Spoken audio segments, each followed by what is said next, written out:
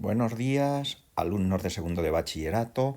Vamos a proceder a finalizar los últimos problemas del tema de inducción magnética, el 12 al 15. Son problemas muy sencillos, se trata de simplemente jugar con la fórmula de los transformadores. Simplemente hay que tener claro si se trata en cada caso de un transformador reductor de tensión o de un transformador elevador de tensión, pero por lo demás se resuelven muy sencillos. Es decir, que si os cae uno de estos, daros por conformes. Bueno, vamos a ver. Con lo de siempre. Sin prisas. Vaya. Muy bien, nos vamos al problema, o más bien ejercicio, cuestión número 12. Dice, la corriente producida en una central eléctrica se lleva al primario de un transformador. Es decir, el transformador está dentro de la central eléctrica. Y la corriente que sale del secundario se conduce a través de la línea transmisora hasta la estación eléctrica de un centro de consumo. Es decir, que tiene que salir una tensión de la central eléctrica y tiene que llegar al centro de consumo. Este transformador nos pregunta, ¿deberá actuar como reductor o como elevador de tensión? Justifica la respuesta. Y luego nos preguntan, de conformidad con la contestación dada, ¿en qué arrollamiento, en qué circuito del transformador debe haber más espiras? Justifica la respuesta. Bueno, pues vamos a ver cómo lo hemos resuelto aquí. Vamos a ver, hay que tener claro una cosa, que lo que nos interesa a la hora de enviar energía eléctrica desde un centro donde se produce hasta un centro de consumo es perder en el camino la menos posible. ¿Por qué se pierde? Se pierde por el efecto Joule. Es decir, vosotros habéis visto que cuando funciona una resistencia eléctrica tiende a disipar energía en forma de calor. Pues ese calor hay que minimizarlo de alguna manera. Y se ha descubierto que esta es la forma más eficaz de hacerlo. Dice aquí, la corriente que envía la central ha de ser, para minimizar pérdidas por efecto Joule, a alta tensión, lo que se dice en las líneas de alta tensión, y a baja intensidad. Ya hemos hablado alguna vez de la diferencia que había entre tensión e intensidad. Por consiguiente, para conseguir una tensión elevada en la central productora, se necesita un transformador elevador de tensión. Es decir, un transformador elevador de tensión lo tenemos aquí. Quiere decir esto que el número de espiras en el primario tiene que ser inferior al número de espiras en el secundario. O al revés, el número de espiras en el secundario tiene que ser mayor que el número de espiras en el primario, para evitar la regla del 50%, en cada caso he puesto los dibujitos, ¿vale? Lo tenemos aquí puesto. La relación de los imanes es esta. Se podría completar con la de las corrientes, que ya sabemos que van en sentido inverso. Es decir, esto sería IP y esto sería IS. Es decir, si en alguna vez os incluyen alguna corriente, pues recordar siempre la expresión completa. Bueno, pues vamos a ver. ¿Qué pasa?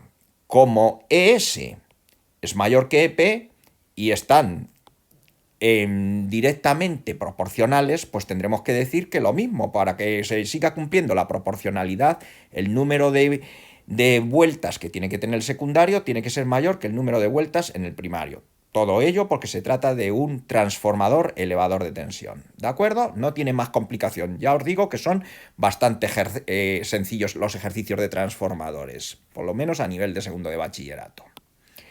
Bueno, vamos con el 13. Determina el número de espiras que debe tener el primario de un transformador sabiendo que la tensión de entrada, es decir, el EP son 3000 voltios y la tensión de salida 125 voltios. Estamos viendo aquí claramente que EP es mayor que S. Esto va a ser propio, ahora lo vemos, de un transformador reductor. Es decir, los que tenemos normalmente en los teléfonos móviles y en los ordenadores, que nos llega a 220 en casa y a lo mejor tiene que funcionar a 15 voltios. ¿De acuerdo? Y nos dicen que el secundario está formado por 50 espiras. Pues bueno, vamos a verlo. Como os digo, se trata de un transformador elevador. Es conveniente tener claro los esquemas. Por aquí viene la corriente y tiene que salir por acá.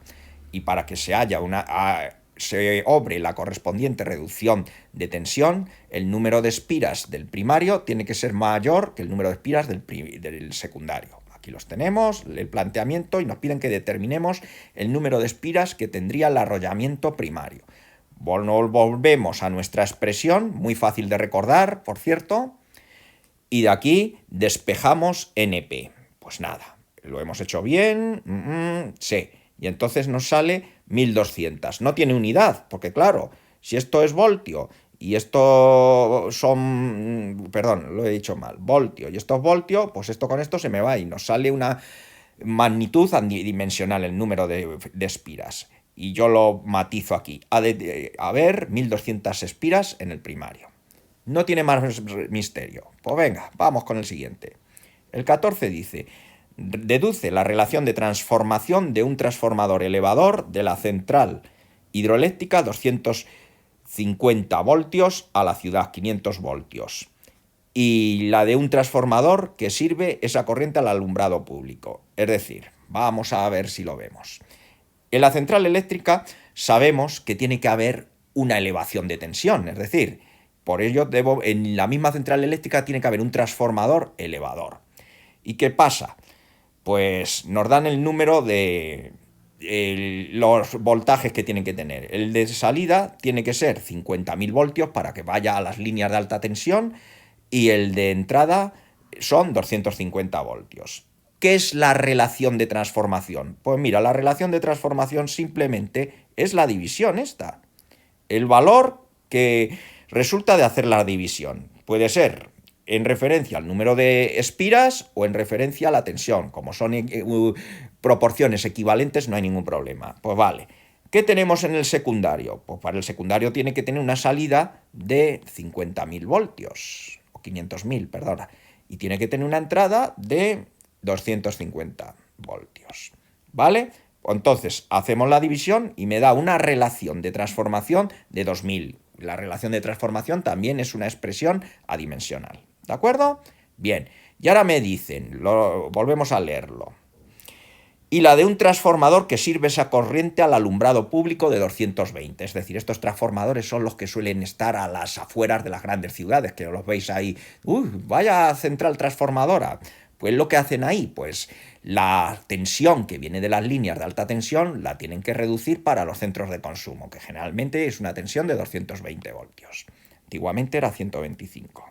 Bueno, en el segundo caso, cuando ya estamos en la ciudad para servir, el transformador que sirve al alumbrado público, es un transformador reductor. En este caso, el número de espiras del secundario tiene que ser inferior al número de espiras del primario. Es decir, viene por aquí y tiene que salir por acá. ¿De acuerdo? Los dibujitos he querido ponerlos pues para aclararlo.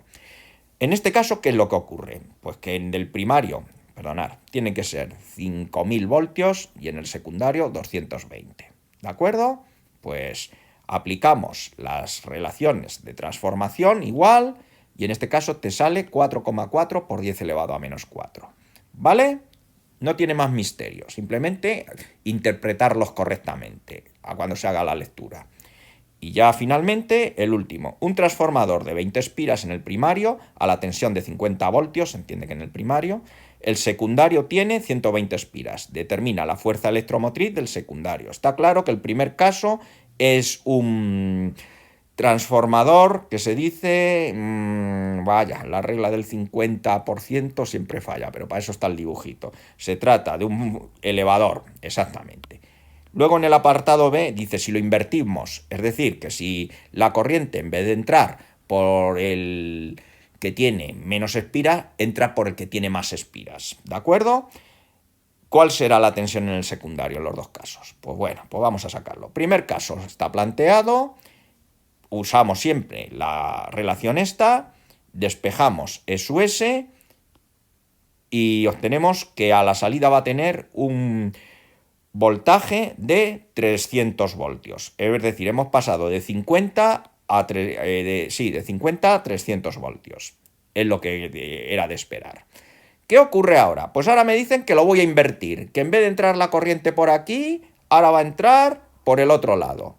Es decir, dar el esquema de un transformador reductor. Y me vienen a preguntar lo mismo. Es decir, si invierto la cosa, el primario va a tener 120, no son espiras, esto es un error. Y esto va a tener 20, es decir, darle la vuelta a todo, y el primario sigue siendo 50 voltios. Pues nada, nos vamos a la misma expresión y al final obtenemos un valor de 8,3 voltios, es decir, se ha reducido con respecto a los 50 voltios que había al principio. ¿De acuerdo? Pues ya está. Pues con esto hemos liquidado el tema. Pues venga, que paséis un buen día.